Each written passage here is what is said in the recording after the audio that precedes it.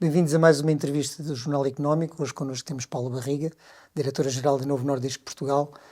Paula, como é que foi a sua chegada a esta empresa? Veio da Novartis. O que é que mais impactou quando chegou cá, em termos de diferença de métodos, em termos de foco da própria empresa? Como é que foi essa chegada aqui a uma grande empresa que ainda por cima está a crescer imenso? Verdade. Muito obrigada, Nuno, por este convite. Boa tarde. Nós é que agradecemos. Esta chegada à Novo Nordisk foi muito emocionante. Foi num período altamente positivo para a companhia, mas também altamente transformador. Obviamente, quando temos na carreira algumas multinacionais, que é o meu caso, há sempre diferenças. O Nuno mencionou os métodos, mas eu iria dizer diferenças culturais, que talvez sejam as que impactam mais em termos da integração, mas a minha integração foi muito fácil e não foi por mim, mas foi pela maravilhosa equipa da Novo Nordisk, não apenas aqui em Portugal, mas também a nível internacional, a nível global.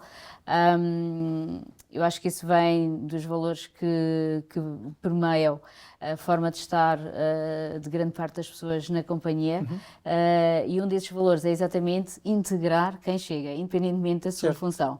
E, portanto, eu senti muito bem integrada, foi relativamente fácil ajustar-me também à forma de trabalhar. Mas foi a Paula que se ajustou, ou seja, Fui eu que me ajustei. com certeza as pessoas têm ideias do que é que querem e do que é que Sim, não querem, mas depois a grande cultura da empresa, do grupo, acaba por se sobrepor.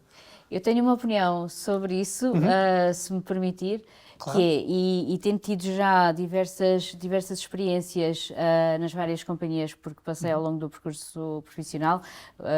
O Nuno mencionou uma, mas já estive noutras multinacionais, em diversas regiões, Estados Unidos, Brasil, Suíça, em funções globais, regionais, etc. Tive sempre isso como premissa. Eu seria a pessoa que, ao chegar, teria de me integrar. Ok. Eu penso que isso facilita muito depois na evolução do trabalho. Aqui não foi exceção, portanto, obviamente, eu fiz o meu, vamos chamar, de trabalho de casa, em termos de conhecimento prévio do que seria possível, de uma perspectiva externa, do que iria encontrar na companhia, e tentei ajustar-me, obviamente, depois ao que efetivamente encontrei, que não foi muito diferente, felizmente. Certo. Por outro lado, claro que tentamos sempre pôr um cunho pessoal, ou seja, há sempre algo que consideramos que pode ser feito, identificação de prioridades, etc. E, portanto, isso também foi feito. Quando cheguei, uma das primeiras ideias foi realmente reunir com toda a companhia e numa filial de média dimensão como é a portuguesa, é relativamente fácil fazer isso e, portanto, não perdi essa oportunidade. Acho que é uma oportunidade de ouro para alguém que esteja a entrar numa função de direção geral numa companhia como a Novo Nordisk ou noutra, conseguir ouvir as pessoas, esse foi o primeiro passo, para a partir daí conseguir encontrar os temas comuns e conseguirmos estabelecer a partir dessa altura com a minha equipa de direção um plano de ação para os próximos meses. Felizmente tem sido positivo. Isso é do ponto de vista daquilo que é a organização interna e a gestão, que é uma coisa que nos interessa sempre também, ter algumas luzes sobre como é que funciona, obviamente para o público geral, para o cliente, para o consumidor português. Obviamente a Novo Nordisk está no mercado da diabetes, e essencialmente é uma das áreas, e da obesidade também, mas da diabetes. Sim. Como é que é o mercado para esse tipo de produtos em Portugal, em comparação com outros mercados?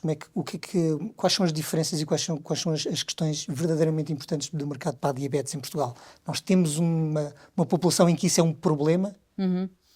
Então, essa é uma pergunta interessante. É um mercado ambulatório, essa é a primeira questão, com todas as inerências de que daí advêm, ou seja, existem várias especialidades médicas que podem prescrever medicamentos para diabetes. No entanto, é uma área terapêutica com alguma complexidade, apesar de, ou seja, tem aqui um paradigma, digamos, portanto, tem uma elevada prevalência, esse é um ponto. Esse é o ponto.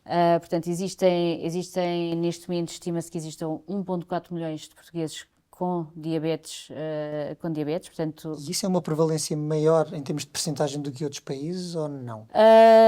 É uma prevalência maior versus outros países, é verdade. Isso tem a ver com o envelhecimento da nossa população ou não tem a ver com isso? Também, tem a ver com hábitos culturais? Também, porquê? Porque estamos a falar em grande parte de diabetes mellitus tipo 2, certo. que obviamente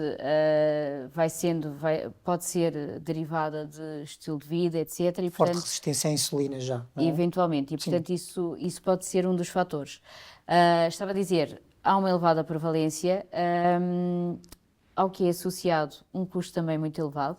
Estima-se que o Estado, neste momento, esteja a ter uma despesa com a diabetes entre 1,4 e 1,7 mil milhões de euros, o que é muito significativo, correspondendo a 7% do total da despesa com medicamento. Por outro lado, existem várias classes terapêuticas para o tratamento da diabetes. O que é que vemos também? Há aqui um ponto que é importante. Este é o número atual. Infelizmente, esta curva de prevalência continua a crescer e esta é a nossa grande preocupação. Ou seja, há inovação na diabetes. Nós, por exemplo, somos uma das companhias que estamos a trazer inovação na diabetes. Trouxemos para o mercado a classe dos análogos de GLP-1, portanto, uma classe inovadora com resultados de eficácia comprovados cientificamente. No entanto, continuamos a ver o número de diabéticos, nomeadamente diabéticos tipo 2, a aumentar. Certo. O que é que isto traz como preocupação, não apenas para nós, mas para a sociedade em geral, para as autoridades, calculo eu, para as sociedades científicas, é que, por um lado, obviamente, há um custo humano muito significativo por este motivo, e por outro lado, os custos relacionados com o tratamento em si também se vão tornar insustentáveis. Isto leva-nos a uma outra questão, que é o facto de, porventura, termos de pensar de forma diferente. E aqui entra a parte que o Nuno referiu na sua questão, e muito bem, que é a ligação com a obesidade. Certo. Nós sabemos, só para lhe dar um, quer dizer, vou fazer agora um cenário, vou criar um cenário hipotético. Se hipoteticamente hoje, por decreto, eliminássemos a obesidade, nós estaríamos a erradicar potencialmente cerca de 80% dos casos de diabetes tipo 2. Certo. A obesidade não se elimina por decreto. Não se elimina, mas só para lhe dar uma ideia do que pode ser feito, não diretamente numa determinada patologia. Mas com campanhas de prevenção para prevenir a outra, não é? Não apenas para prevenir. Esse é um outro ponto que podemos discutir, certo. E será muito interessante fazê-lo. Não apenas prevenir a obesidade, mas tratar a obesidade. Ou seja, porque o Nuno disse muito bem, não podemos erradicar hoje a obesidade, mas podemos modificá-la. E podemos modificar também a sua evolução. Porque podemos modificar a obesidade. A obesidade não é basicamente peso versus massa corporal, ou seja, não é... A obesidade é algo mais complexo. É mais complexo do que isso, mais complexo do que isso, exatamente. E nós estamos, eu acho que para sermos o mais fidedignos possíveis, nós estamos ainda a aprender muito sobre a obesidade. Claro que para a Novo Nordisk, e como disse muito bem, nós temos um legado de 100 anos na diabetes e, portanto... Certo. Sabemos bastante, modéstia à parte, mas sabemos bastante sobre a diabetes. Temos muito menos tempo de trabalho na obesidade e, portanto, até nós e outras companhias também que trabalham a obesidade, estamos todos ainda a aprender. E a aprender sobre a base da patologia, os tratamentos para a mesma e, portanto, isso vai levar-nos no futuro seguramente até a novas soluções que porventura já existam, já vão estar a ser desenvolvidas. O que eu quero dizer também com a questão da relação de uma patologia com a outra é que há muita ideia de, como o Nuno referiu, a obesidade, estamos a falar de peso. Não. Quando estamos a falar de obesidade, estamos a falar de uma doença. Ok. E esta é uma frase que eu vou dizer novamente. Quando estamos a falar de obesidade, estamos a falar de uma doença, tal como acabámos de falar na diabetes.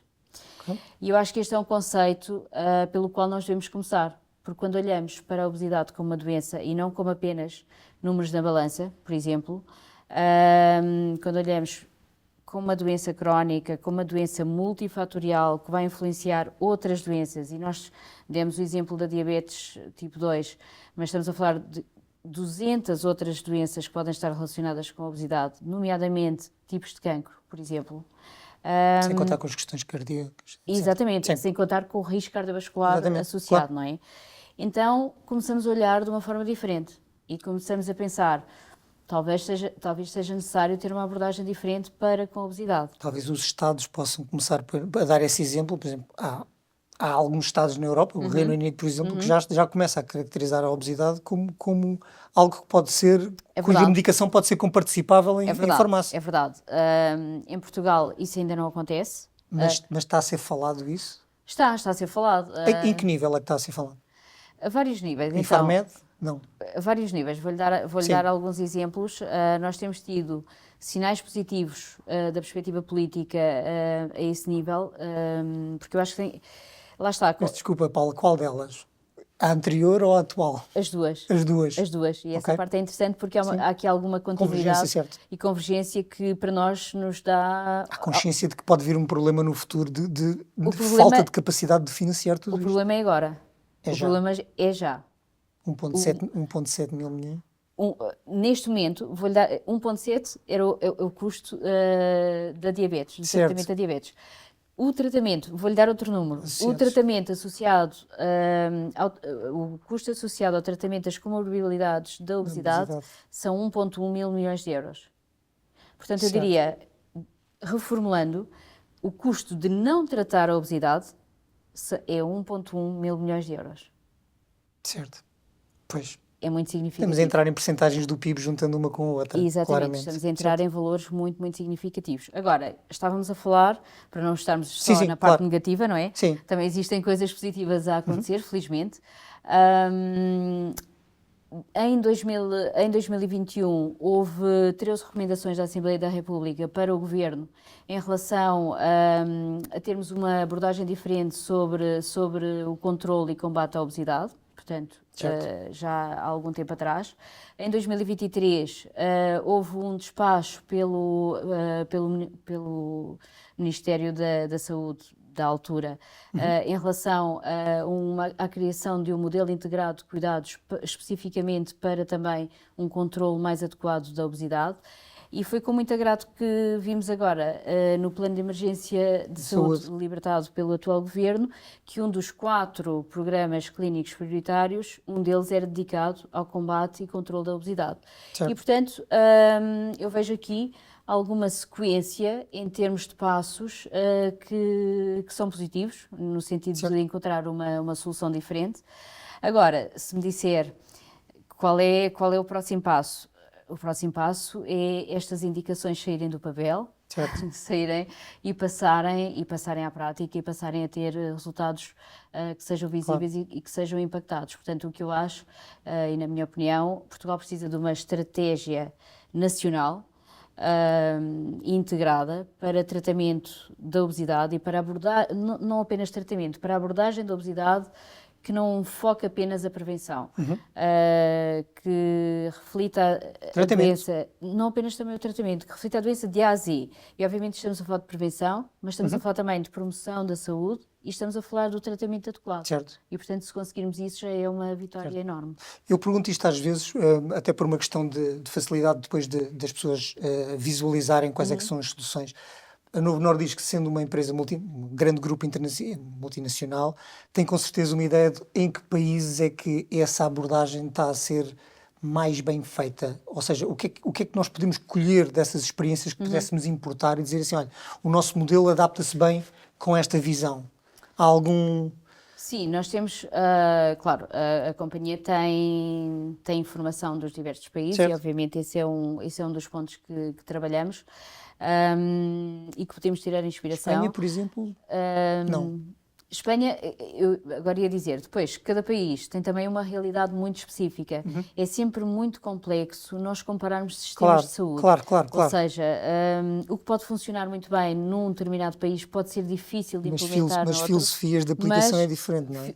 Mas conceptualmente pode ser interessante. Certo. E o que nós fazemos também internamente é fazer essa partilha, portanto, é tentar ver o que está a funcionar num determinado local para conseguirmos trazer para os outros países.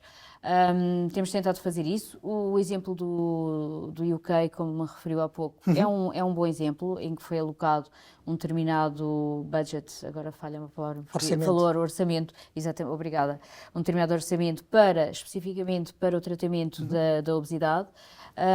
E, portanto, são condições como esta que podem ser discutidas. Há aqui um ponto que eu gostava também de salientar, e a Novo Nordisk como grupo com uma posição importante dentro da indústria farmacêutica, não apenas em Portugal, mas a nível global, obviamente tem também noção da sua responsabilidade para com a sustentabilidade do sistema de saúde. Nós estamos a falar, quando falamos de obesidade, de mais de 2 milhões de portugueses. Certo. Quando olhamos se incluirmos aqui o excesso de peso para além da obesidade, estamos a falar de cerca de quase 70% da população portuguesa. Não sei se as pessoas têm essa noção, mas é um número muito significativo. Eu por acaso não tinha a noção de que 7 em cada 10 pessoas têm excesso de peso. Excesso de peso ou obesidade. Ou obesidade, exatamente. Mas mesmo os 2 milhões certo. É um número muito significativo. E, portanto, o que eu quero dizer com isto é, nós temos noção de que não é fácil encontrarmos uma solução para, por exemplo, toda a população. E, portanto, estamos completamente disponíveis, e voltamos à sua questão inicial, estamos completamente disponíveis para integrar diálogo, para integrar colaboração, para integrar soluções de parceria, para encontrarmos realmente uma resposta que eventualmente não cubra toda essa população, mas a população que necessite mais e que seja mais apropriada para iniciarmos. Claro. E depois vamos, a partir daí, avançando. Claro. Há uma outra questão, obviamente, falou da introdução de alguma inovação por parte da Novo Nordisk. Eu tenho que lhe perguntar isto, que é fácil em Portugal entrar a inovação, ser aplicada, as farmacêuticas terem capacidade de pôr novas moléculas, novos medicamentos, às vezes novas formas de aplicação de um determinado. E pergunto-lhe isto porque é uma preocupação comum de algumas pessoas com quem falamos na indústria farmacêutica, de alguma lentidão na aprovação de novas terapias. Não sei, como é que tem sido a vossa experiência nesse aspecto com o Infarmed? Eu percebo perfeitamente a sua questão e também a opinião dos meus colegas. Efetivamente, eu não vou emitir a minha opinião porque são factos, não é? Certo. Estamos a falar de factos e não de opiniões. Nós temos no nosso país um determinado período legal segundo o qual deveríamos ter a aprovação dos produtos a partir do momento em que eles têm também aprovação a nível europeu. De facto, esses prazos não são cumpridos, portanto, eles são subejamente ultrapassados.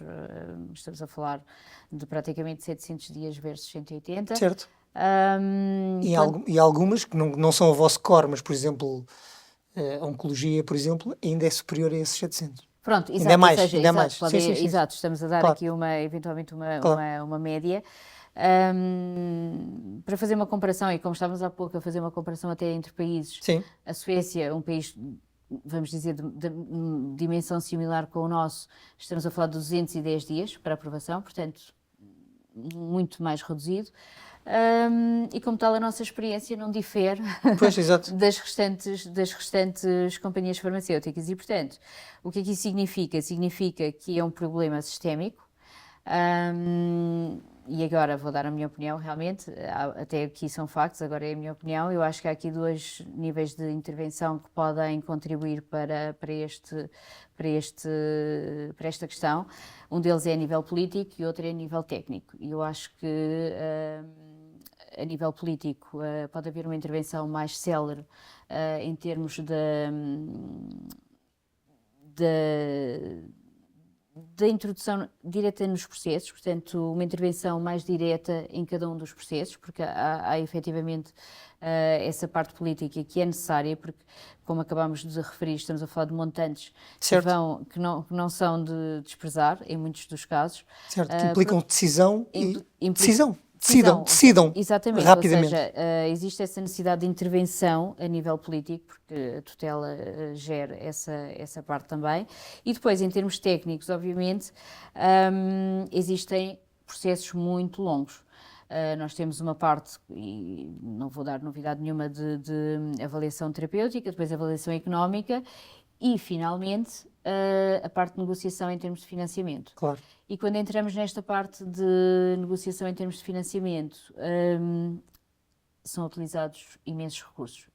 Eu vou chamar recursos, estamos a falar de recursos humanos, estamos a falar de tempo, e eventualmente aqui também temos vamos chamar um pequeno engarrafamento que contribui para os 700 dias. Claro. Porventura, e numa outra perspectiva, em termos da questão de trazer a inovação, eu diria que o tempo, obviamente, é uma dificuldade que enfrentamos, mas essa dificuldade não termina no tempo em si. Ou seja, porque independentemente de ser um pouco mais longo ou menos, nós acabamos por conseguir trazer a inovação para Portugal.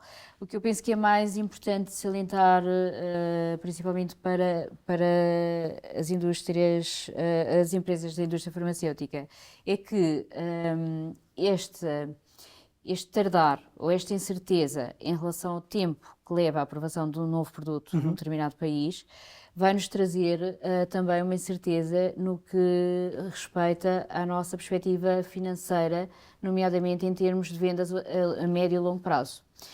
E vamos ser totalmente... E até pode afetar investimentos. Exatamente, era isso mesmo que eu ia dizer.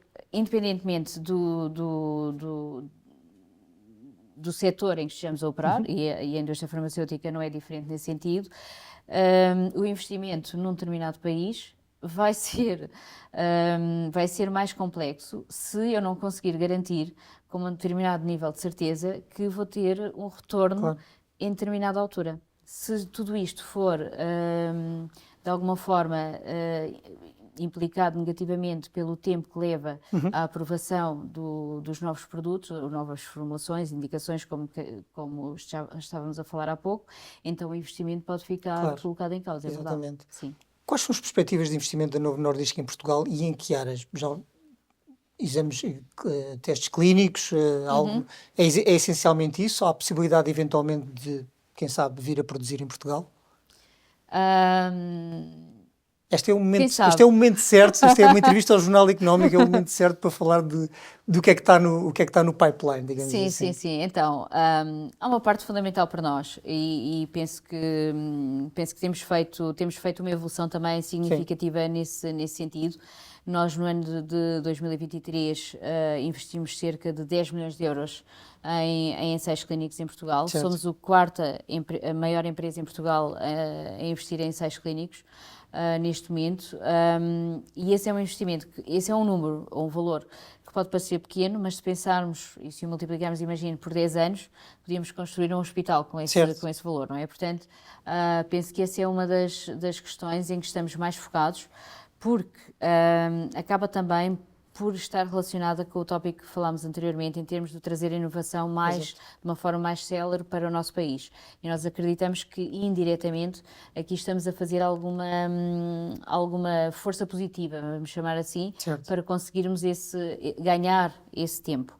Esse é um dos aspectos. Por outro lado, obviamente é público o investimento significativo da Novo Nordisk em termos do aumento da sua capacidade de produção. Felizmente, os nossos produtos têm uma procura elevada e, portanto, temos tentado acompanhar essa mesma procura com o aumento e investimento significativo. Foi anunciado mais de 10 mil milhões de euros em vários países. Portugal, eu devo dizer, não está na lista prioritária para termos uma unidade de produção. Uma unidade de produção. Pelas razões enunciadas anteriormente também. E não só, se nós pensarmos no contexto, quer dizer, e penso que não é de difícil compreensão quando olhamos e comparamos Portugal, mesmo só a nível europeu, não a nível mundial, mas a nível europeu, quando olhamos para as taxas fiscais, etc. Certo. Se nos posicionarmos, se fizermos um ranking em termos de países, não ficamos propriamente no topo, não é? Em termos de atratividade para o investimento externo. Não significa, porém, que não estejamos bem posicionados noutras áreas. E, por exemplo, voltando à questão dos ensaios clínicos, nós temos uma enorme capacidade a nível local para desenvolver e bem este tipo de atividade. Por exemplo, vou dar-lhe um exemplo que não sei se é do conhecimento geral.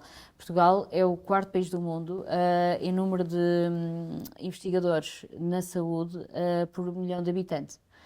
E, portanto, e não apenas, cerca de 12% das publicações que são feitas a nível da saúde em Portugal estão no top 10% das citações a nível global. Ou seja... Nós podíamos ter 500 ensaios clínicos em Portugal em vez dos 100 por ano. Podíamos ter muito mais ensaios clínicos. Podíamos ter muito mais. E isso é factual e nós temos dados sobre isso. Se nós pudéssemos hoje eliminar os entraves que existem à realização barreiras burocráticas, barreiras de capacitação de equipas, barreiras até mesmo financeiras, nós poderíamos aumentar de imediato 43% dos ensaios clínicos. Em que é que isso se traduziria? Por exemplo, foi criado em 2022 no Grupo de Saúde, na altura do Ministério da Economia e do Mar, um estudo que previu que se conseguíssemos aumentar o número de ensaios clínicos e ser mais atrativos para trazer mais ensaios clínicos de fase 1, 2 e 3, poderíamos ter ganhos anuais de cerca de 400 milhões de euros. E, portanto, quando juntamos todos estes valores, são valores que estamos, por um lado, a perder, não é? E que poderiam ajudar a depois teriam outras consequências. Secundariamente, teriam outras vantagens. Exatamente. Paulo, eu tenho mais 2 perguntas. Sim. Nós estamos a chegar ao final do nosso tempo. Uma pergunta é: quais são as vossas previsões de crescimento do vosso negócio cá? Eu sei que não podem dar números para o país, números em termos absolutos, mas podem dar uma perspectiva de crescimento. Obviamente estamos a falar naquilo que é o vosso core, diabetes e obesidade, provavelmente, não sei, logo me dirá. Quais é que são essas perspectivas de crescimento para este ano, para o próximo, como é que vê? Então, antes de falarmos do crescimento, vou só dar-lhe uma outra perspectiva de que não falei há pouco quando falámos da inovação. Porque há uma parte que eu acho que é importante referirmos quando falamos da Novo Nordisk, não apenas em Portugal, mas a nível global, que é, obviamente, nós estamos muito focados em expandir a nossa liderança, quer na diabetes, quer na obesidade, também entrar nas doenças cardiovasculares e expandir a inovação em termos das doenças raras. Estas são as nossas grandes áreas core, áreas estratégicas, digamos assim. Obviamente, fazemos muita investigação e desenvolvimento in-house, internamente. A Novo Nordisk, não apenas em Portugal, mas a nível global, investe bastante. Cerca de 13% da faturação a nível global é aplicada em investigação e desenvolvimento. O que é que isso significa? Que vamos entrar em novas áreas terapêuticas muito em breve, portanto temos alvos já identificados nesse sentido. E por outro lado, ao estarmos a estudar novas terapêuticas para as nossas áreas estratégicas, muitas vezes encontramos sinais positivos em outras áreas que podemos explorar oportunisticamente. Uma delas é o Alzheimer, por exemplo, e que nos dá aqui algumas perspectivas, grandes perspectivas em termos de pipeline. Referindo ao pipeline também, porque eu penso que é importante e aproveito a oportunidade para passar esta mensagem, porque muitas vezes existe esta ideia que não é correta, de que a Novo Nordisk agora está a fazer uma transição da diabetes para a obesidade. Isto é por causa daquilo que vem nas notícias do Ozempic, etc, também. Verdade? Pode ser verdade, mas efetivamente eu tenho ouvido esta ideia de forma recorrente e aproveito a oportunidade para corrigir, porque quando nós olhamos para o nosso pipeline de uma forma integrada, Nós temos 10 novas moléculas identificadas para a diabetes e, portanto, queria deixar completamente claro que não temos apenas 100 anos de legado da diabetes, mas temos um futuro brilhante à nossa frente, com inovação. Nós vamos, por exemplo, trazer ao nível da diabetes, com produtos com lançamentos próximos, a primeira insulina basal de longa duração de toma semanal. As insulinas são tomadas diariamente, como sabe. Sim. Portanto, esta vai ser uma... Às vezes 2 vezes ao dia. Exatamente, portanto vai ser revolucionário para os doentes com diabetes. Vamos trazer o primeiro análogo de GLP-1 de formulação oral e, portanto, vamos eliminar, quer dizer, vão continuar, as pessoas que não fiquem assustadas, não vamos eliminar as agulhas, não é? As canetas injetáveis, mas vai existir a formulação oral e, portanto, essa é outra revolução a nível da diabetes. Depois, na obesidade, temos também 6 compostos em investigação e depois nas outras áreas terapêuticas cerca de 15. Mas o que eu quero dizer é que temos um pipeline muito robusto, obviamente... E boas perspectivas de vendas de acordo com isso também. Exatamente, e boas perspectivas de vendas de acordo com isso. Eu não me esqueci da sua questão, mas estava a referir isto também porque está relacionada com a inovação que vamos trazer para o país. Em relação ao crescimento, e esse foi um dos meus grandes focos nestes últimos 2 anos em que estou na companhia em Portugal, foi realmente fazer a inversão da trajetória de vendas e de faturação. Nós estávamos a passar um período menos positivo da perspectiva de crescimento, estávamos num crescimento negativo até 2020. Entre 2020 e 2023 conseguimos estabilizar e passar a crescer a 2 dígitos, mas ainda, vamos dizer, cerca de 15%, portanto, modesto, vamos chamar modesto. Este ano estamos a crescer cerca de 80% ao momento, mas até 2026 esperamos, vamos dizer, de uma perspectiva muito realista, esperamos crescer 30%, ou seja, dobrar o crescimento dos últimos 3 anos.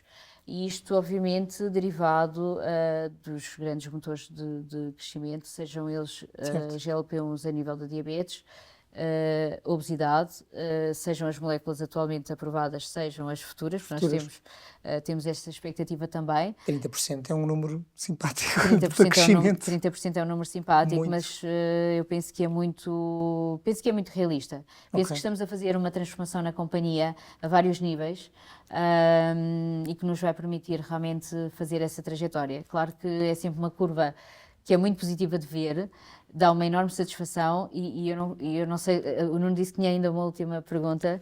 Sim, nós já estamos mesmo a ultrapassar o tempo, eu faço-lhe depois, mas pronto, não tem problema. Mas não posso passar uma última mensagem? Claro que sim. Que eu gostava mesmo de passar esta mensagem porque os grandes responsáveis por esta alteração da companhia, nomeadamente em Portugal, é a equipa fantástica que eu tenho e a forma de trabalhar. Como nós começamos por referir a forma como eu fui integrada na equipa, mas se conseguimos fazer esta evolução e transformação da companhia nos últimos anos, deve-se a estas pessoas extraordinárias. Todos os dias com uma resiliência fantástica, como nós falámos, existem imensos inúmeros desafios no mercado português e a resiliência, a paixão, o compromisso, a dedicação que eu vejo todos os dias em cada uma das pessoas faz toda a diferença. Ou seja, nós temos uma estratégia muito bem definida para Portugal, transformar Portugal num Portugal mais saudável, mas ter esta estratégia tão bem alinhada, sem ter uma cultura